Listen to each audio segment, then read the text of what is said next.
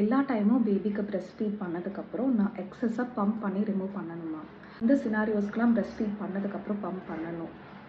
நிறைய மதர்ஸ் நினைக்கிற ஒரு விஷயம் என்னன்னா, நான் பிரஸ்ட் ஃபீட் பண்ணதுக்கப்புறம் எக்ஸஸ் மில்கை வந்து பம்ப் பண்ணி ரிமூவ் பண்ணால் மட்டும்தான் லாங் டேர்மில் சப்ளை மெயின்டைன் ஆகும் அப்படின்னு நினைக்கிறாங்க. இது ஆக்சுவலி தேவை கிடையாது.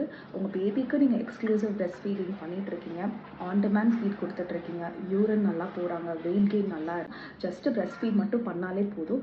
எக்ஸஸாக நீங்கள் பம்ப் பண்ணி ரிமூவ் பண்ணணுன்ற அவசியம் இல்லை. இன்ஃபேக்ட் நீங்கள் பிரஸ்ட் ஃபீட் பண்ணதுக்கப்புறம் அந்த மாதிரி எக்ஸஸ் பம்ப் பண்ணி ரிமூவ் பண்ணிங்கன்னா உங்கள் பாடிக்கு நீங்கள் இன்னும் அதிக டிமாண்ட் கொடுக்குறீங்க. அதனால உங்கள் பாடி வந்து சப்ளையை இன்க்ரீஸ் பண்ணும். இதனால ஓவர் சப்ளை, என்கார்ஜ்மெண்ட், மாஸ்டைட்டிஸ் இந்த மாதிரி இஷ்யூஸ் எல்லாம் வர ஆரம்பிக்கும்.